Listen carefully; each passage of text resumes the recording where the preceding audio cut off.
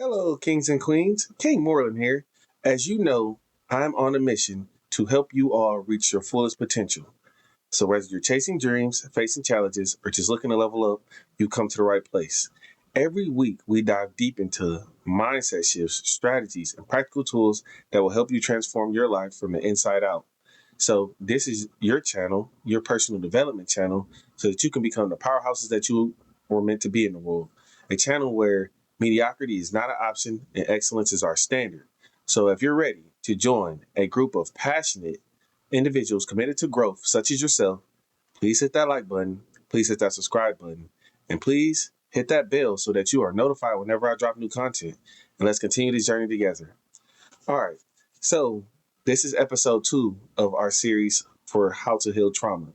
If you didn't get an opportunity to catch the first episode, I encourage you to go back and look at that one because it will help you frame this episode properly.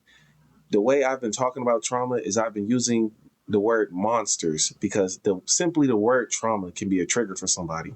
And I don't want to trigger any of you while you're watching this content. I want to help guide you and get you the help that you need. All right. So please refer back to that episode. And before we get into this one, I have to give you guys my friendly disclaimer. So I need you to understand that I am not a psychologist. I am not a therapist, and I am not any form of licensed mental health professional. And nothing in this video should be taken as professional, therapeutic, psychological, or medical advice. I am simply speaking from experience as I am a teacher, an educator, and someone who does independent research on these type of things. And I'm also a content creator. So my intentions is to help, not to diagnose you with anything. All right. You have to seek professional help for that. So please take anything that I say here with a grain of salt. If it helps you, please take it and use it. If it doesn't help you, go ahead and discard it. I understand. It's not going to make me feel bad. I'm here to help. If it doesn't help, I understand. Please get the help that you need. All right. So lastly, if you are experiencing severe emotional distress, trauma, or depression, or you feel overwhelmed emotionally, I strongly encourage you to seek help from a licensed mental health professional. Okay? Please don't use this video as a one size fits all help um, content because it's not that. This video is to guide you into the right direction. All right. My goal is to provide perspective, actionable tools, and encourage you not to give up. All right. I don't want you to give up. I want you to keep going. I'm not here to give you definitive answers, though. I want to put you in the right direction. And once you are nudged in the right direction, I want you to go get the help that you need so that you can continue to become the best versions of yourself. All right. So please use your discernment and take responsibility for your own healing journey because unfortunately, other people can only help you. You are the person that's going to truly be the reason that things get better for you. All right. So without further ado, let's get into the video. This monster is a monster that honestly can control our lives in a variety of different ways, and it does it quietly. We are going to be covering the abandonment monster. Why the fear of being left can quietly control your entire life. And I have to give you guys the quote that will be the backbone to this entire series. Great trauma kills off the previous versions of you. But here's the thing, it gives you the golden opportunity to rebuild yourself back up intentionally so that you can become an even better version of yourself than you were before the trauma occurred in the first place. Because at the end of the day, when you experience great trauma, that person that you were before you experienced it does die, unfortunately.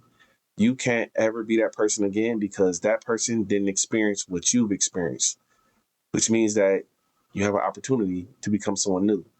And not just someone new, someone better than you were before. It doesn't have to be the end of the road. It doesn't have to be like a situation where after that happened to that person, oh man, they were never the same. No, it's okay to not be the same. But what I want for you is for you to be even better. That is the goal here. And that is the spine of this series. So Today, we are going to talk about one of the most common monsters that we deal with, and honestly, one of the most misunderstood monsters, the abandonment trauma monster. All right. So, I need you to understand this. Let's frame this properly. Being Experiencing abandonment trauma is not about the fear of being alone. It's deeper than that. It's also not about just missing someone. It's deeper than that. And it's definitely not about being too emotional or being soft or being weak. It's much, much deeper than that. All right. Abandonment trauma is a fear based psychological response that forms when a significant person in your life leaves, whether it's due to death or due to separation. When someone like a partner, a parent, or a caregiver leaves you or is absent from your life, you can experience abandonment trauma. And unfortunately, it doesn't always have to result in someone leaving physically. If they were simply there, but they weren't emotionally available, that can also cause abandonment trauma. But more on that later. All right. So here's the key part that I need you to understand. I'm actually reading a book and I have it around here somewhere. I want to show you guys. So, one moment.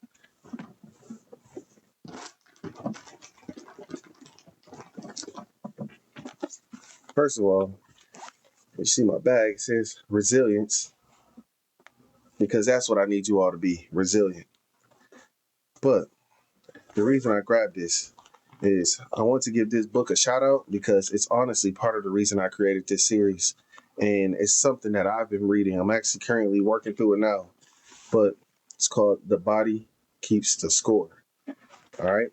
So the reason I brought that up is because I need you to understand abandonment trauma doesn't just live in your memories. No, it literally lives in your nervous system.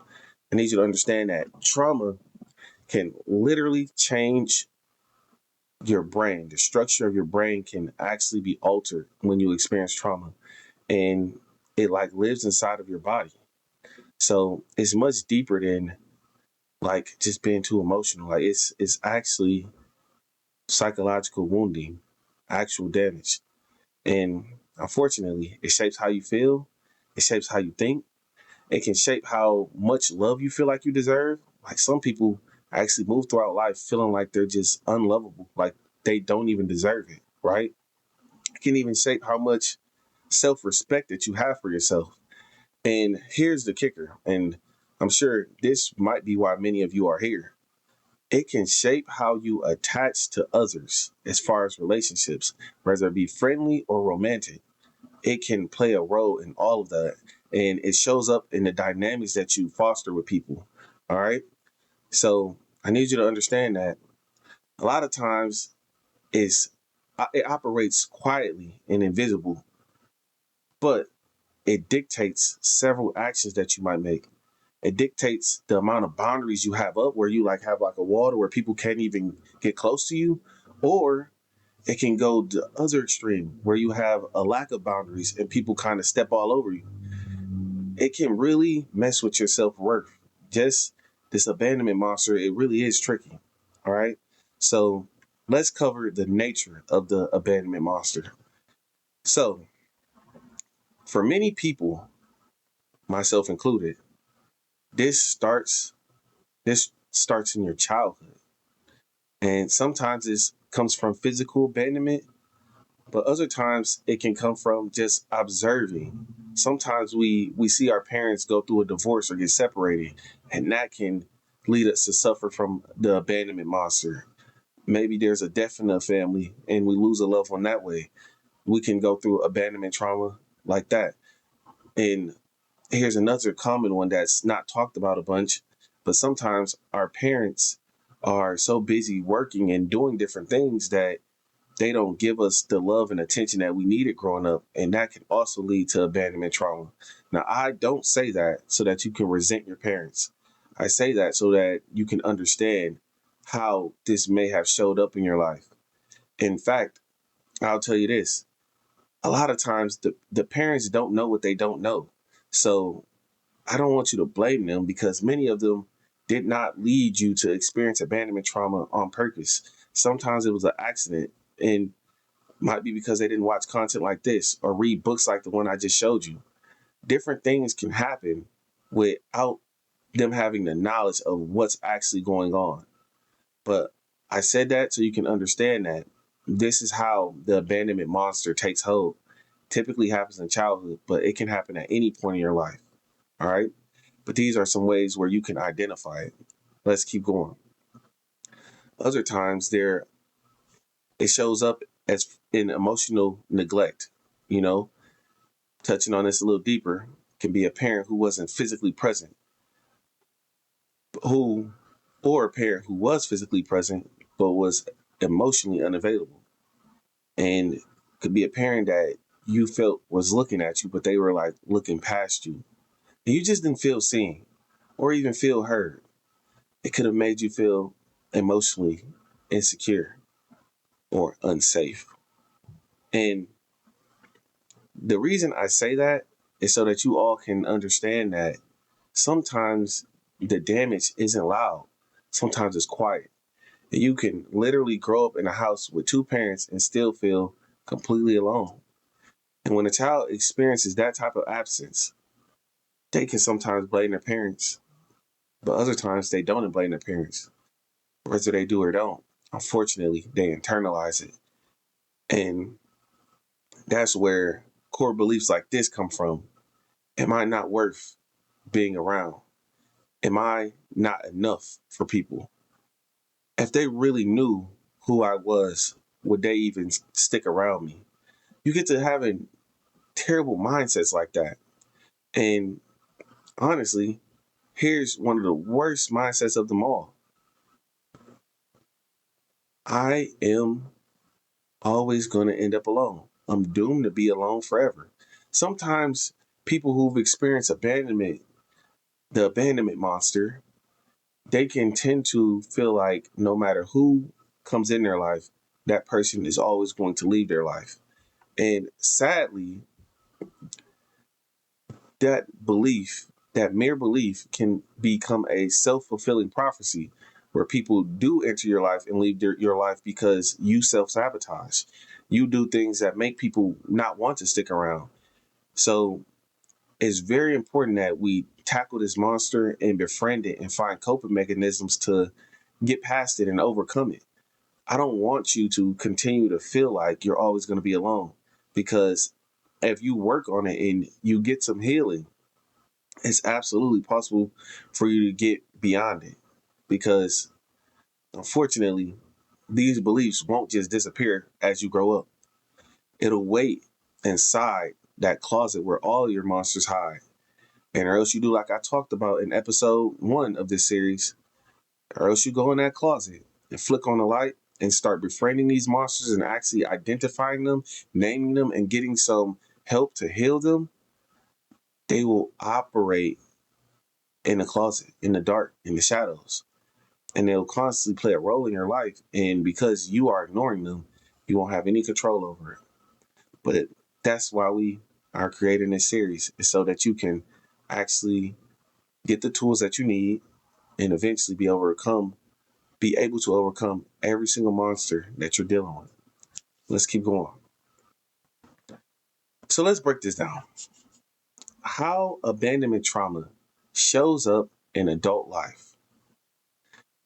In adulthood, abandonment trauma often shows up through what is called attachment styles. Some people develop anxious attachment style, craving closeness but constantly worrying about rejection.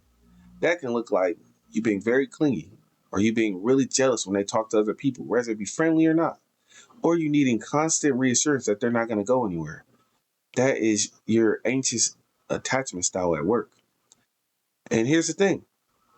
There's several different attachment styles. I encourage you to look up yours and just do some deep work so you can really know yourself. Because others develop the avoidant attachment style. Here's what this looks like. It's suppressing needs, staying emotionally distant from others, keeping that wall up, becoming hyper independent because you feel like depending on others feels risky. Like they're all going to disappoint you anyways. And it's not a good thing, right? And then finally, some people experience disorganized attachment, which is where it's like a mixture of them. So you can want closeness, but be terrified of it at the same time. And you can develop a sort of push and pull dynamic where you draw people in and then you push them away. Again, leads to a lot of unhealthy relationships and it's not very healthy. And sadly, having these different attachment styles will tend to attract people who share a matching attachment style. They share the same wounding that you do. So you guys have to get help together, or you have to separate so you can get help by yourself. Because until you overcome them, people with secure attachment styles may seem boring. That peace that they bring to you, it looks like boredom. You end up being the type of person, whether it be man or woman, that craves chaos. And having peace just doesn't excite you. And unfortunately, this can be the abandonment monster taking full effect, operating in the shadows. And it tends to lead to you being in a lot of toxic relationships that, quite frankly, you could do without. All right. So I want you to understand that those emotional highs and lows, it's not exactly something that is healthy for you. It's okay to experience highs and lows in different relationships, but you want to get to a point where you have a happy medium, right? And that comes when you do the work. Okay. So I need you to understand that if you are the type of person that reads into delayed text and think that person should have texted you sooner or that they're ignoring you, please understand that it might not be that person. It might be you and your attachment style, which is something that you and that person should talk about so that you can actually overcome it. All right. Because the distance might not mean rejection. And it's not good for you to assume that it means that. Have conversations, actually communicate. That is the backbone of any relationship. All right. Or because of your attachment style, you might be always bracing for the moment where someone might leave you. So you come up with the bright idea to leave first. I understand it. I know these things happen. But I will need you to understand that that behavior is literally because you're dealing with a monster that you haven't quite acknowledged yet. And this is why we're creating this series, right?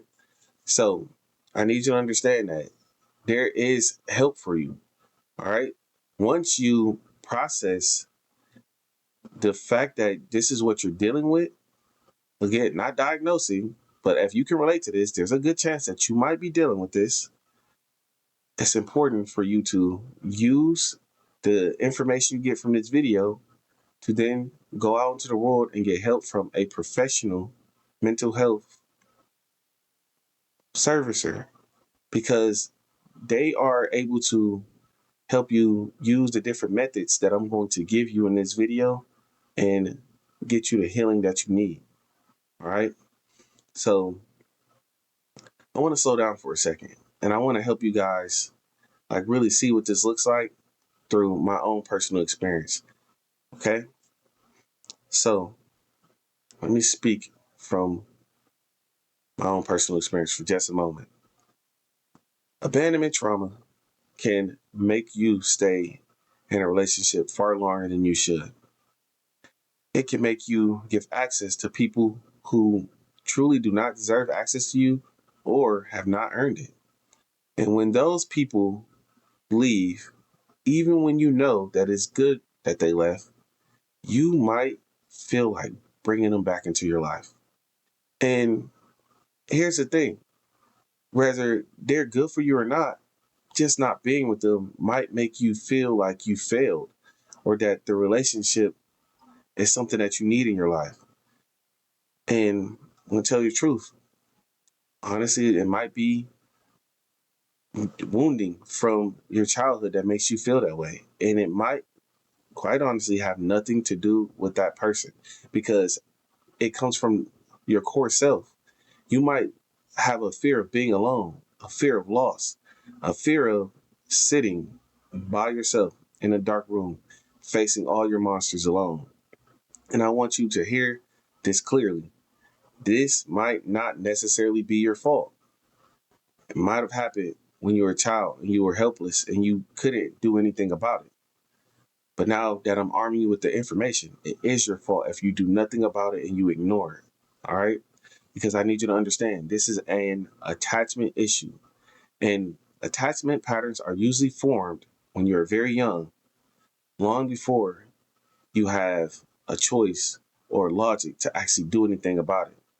However, now that you are old enough to actually get the help that you need, you can end the cycle and you can heal that wound.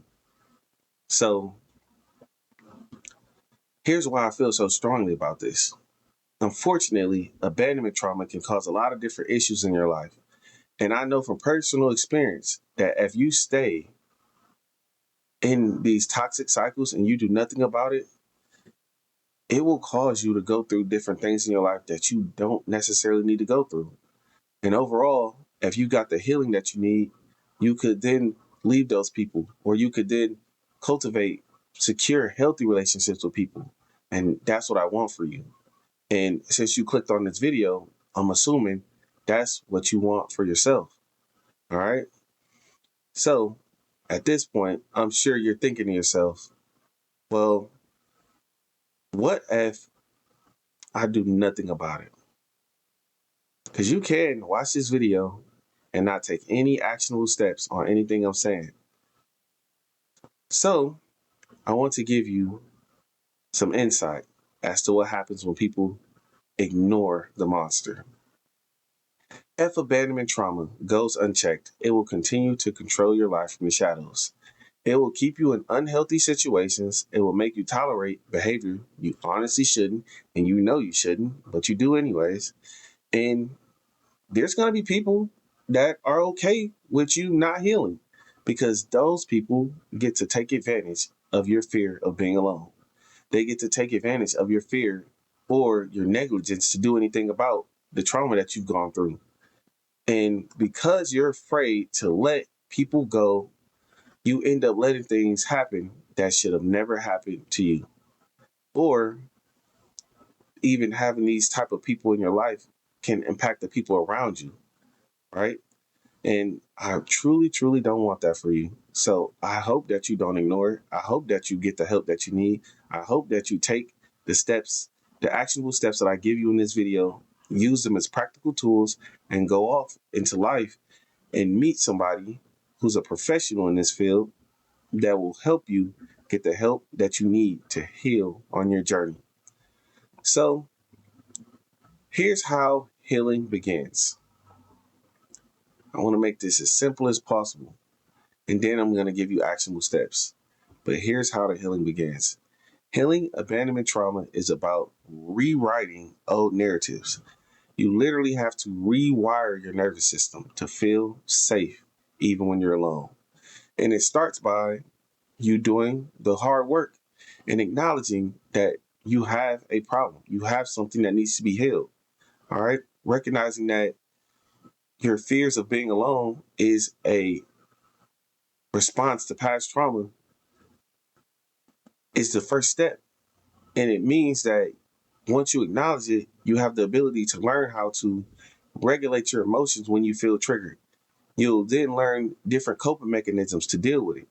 And learning how to self-soothe instead of panic is very important. Learning how to care for the part of you that felt abandoned and reassured that you are safe now is very important. To learn and to heal means that you are now going to be challenging the belief that your worth depends on whether someone stays or leaves. Because I'm going to be honest with you, whether those people stay or leave in your life, this is your life. All right. And you are valuable, whether they stay or go. And you have to believe that. So it starts with you setting boundaries with people that honestly have earned those boundaries to be set. You have to start choosing yourself. And it might feel risky, but it's important that you do so because that discomfort is not danger. That discomfort that you're feeling is change, and change leads to growth. All right. So I want to talk about something very important here. It's very important that you understand that willpower alone isn't going to be enough. When you deal with trauma, it lives deep inside of your body. This is what I was talking about earlier when I showed you guys when I showed you guys that book. I'll show you one more time. This book here. It talks about it. The trauma actually lives deep inside your nervous system. It's like within you. It's not just something that's in your head, right? So you honestly have to go to therapy and get some healing from a professional, right? Because I'm going to give you actionable tools that you can work on, but this is just to guide you in the right direction.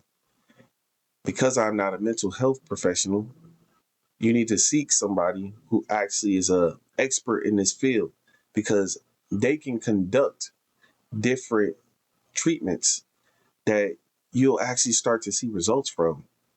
And I encourage you to go do that. So, based off my research, here are some actionable steps that I want to give you to essentially serve as your starting point. This is your starting point so that you can go seek help from a mental health professional and go even deeper. All right.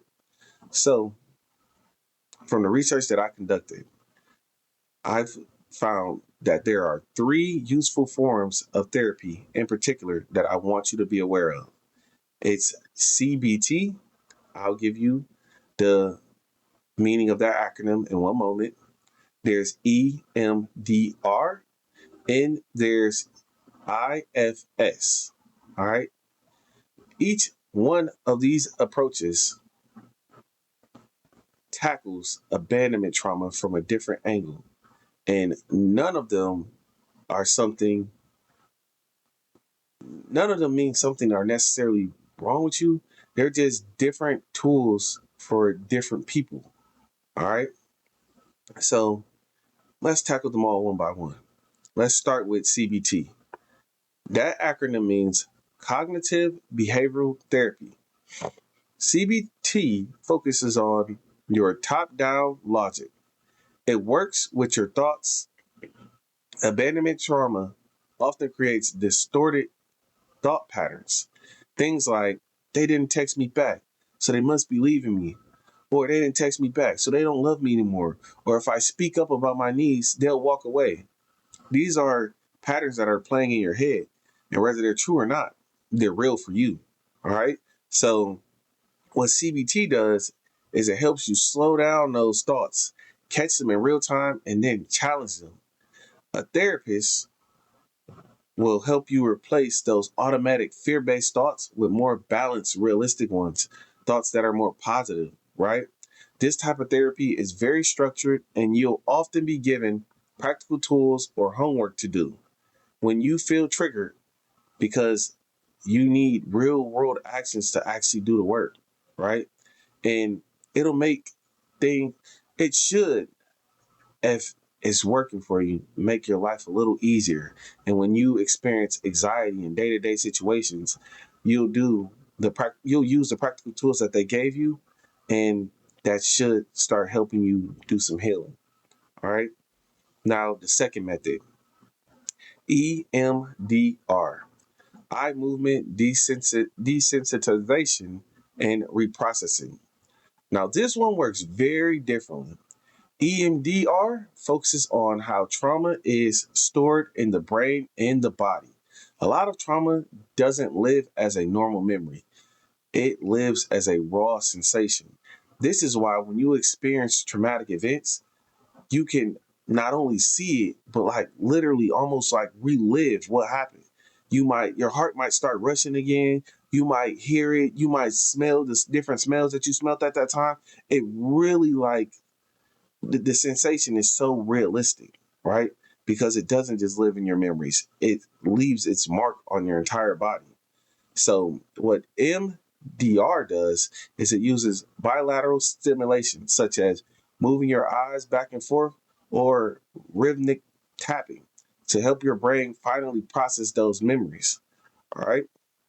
One of the most powerful things about EMDR is that you don't have to talk endlessly about what happened. Instead, instead, you focus on specific images, memories, or feelings, while the bilateral movement helps reduce the emotional charge. Over time, the memory starts to feel like something that happened in the past and not something that you're dealing with right now in the present, which is a good thing. That's a part of healing, right? Because you don't want that trauma to feel like it's actively threatening you. You're safe now, okay? This can be especially helpful for those of you who feel haunted by certain experiences, or if your body reacts with panic. And even though you're not in that situation, something triggered you to feel like you're back in that moment, this is a good method for you. All right. That method is EMDR. Okay. So finally, the third approach that I want to leave with you all. This is IFS, and that's called internal family systems. Okay? And this one looks different from the other ones because it is different. It's a different method. And it's incredibly relevant for people who've experienced abandonment trauma. So, for example, you might have wounded a part, sometimes called a exile, or in other words, the inner child, right? Often these parts represent a younger version of ourselves that was vulnerable and felt neglected, hurt, or abandoned in the past. Okay? The inner wound comes from a part of you that still feels unloved, rejected, or feels like it's not enough. And you might have another part of yourself, right? This is like the older version of you.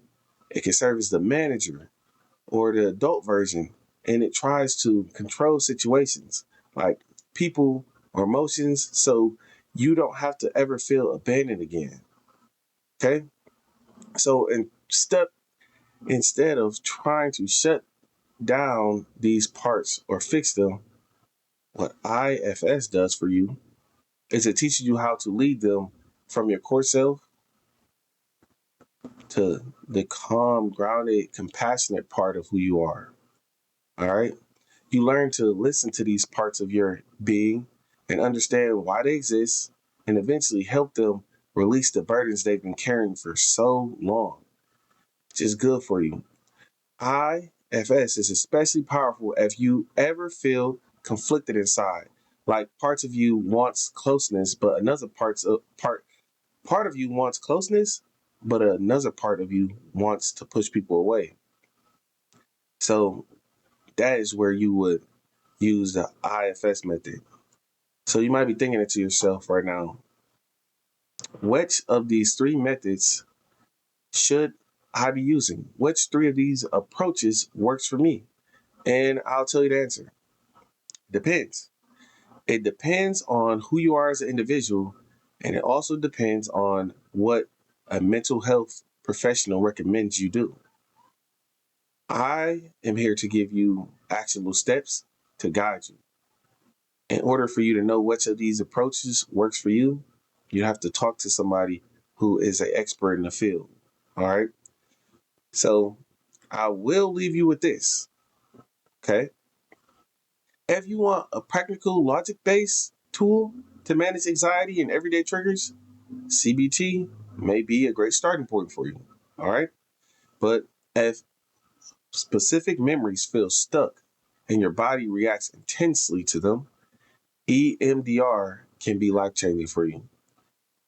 But it all depends, right? And if you feel like you're internally divided, you have those different parts of yourself, IFS may be a good fit for you because that one works on your inner child that feels vulnerable and the adult part of you that feels like you have a little more control and you're trying to protect that inner child. But in truth, I can't give you the path to take here. It's important for you to take the knowledge that I've given you and use that to find out which path works best for you. Because I want to make this very clear once again. In this video, this is a safe space for you, but this is where you get tools and you're armed with practical tools that can help you get the help that you need from a mental health professional. I will give you the tools and give you the guidance, but you have to take what I give you and bring that to somebody who can legit help you on your healing process. Because ultimately, one thing that I really need you to know and understand that you don't have to fight this monster alone. And there are people who love you and care about you that will support you in your journey to find coping mechanisms to befriend the monster. All right. So here's my call to action for you all. I want to be very clear. This episode is not a cure. This is your starting point. This is not your finish line. Take what you recognize in yourself today, the patterns, the fears, the symptoms, and bring them to a licensed therapist, psychologist, or psychiatrist, and let a professional help you do the deeper work. Please, when I say this, please hear me. Don't fight this monster alone. Don't fight this battle alone. I want you to get the help that you need on your healing journey. You don't have to fight this alone. All right? So, in conclusion, I want you to know this. I love you all, and I'm rooting for you. And if this episode helped you in any way, shape, or form, please like the video. Please comment. I do enjoy engagement with you all. And share it with someone who you know may be dealing with this monster as well. Because over here, we are building a strong community of individuals that are committed to making themselves better. Because our mission around here is to change the world one person at a time. And when you share content like this, you're doing your part. And don't just share it on social media. Actually talk to other people. If you know that someone's dealing with this, please refer them to this video. Maybe it can help them. All right. And I'll tell you this as well. If you feel like there's somebody that you know that you haven't been able to get through to them, please have them watch this episode, have them watch all the episodes in this series so that they can start to understand that they don't have to tackle these mental battles alone. They have help. And I want to encourage you that you have help. There are people that love you and that want you to be here. And they will go through anything to help you feel okay and feel safe. All right. So I appreciate you in advance for sharing and for liking the video. Until next episode, be well. I love you all. Amen.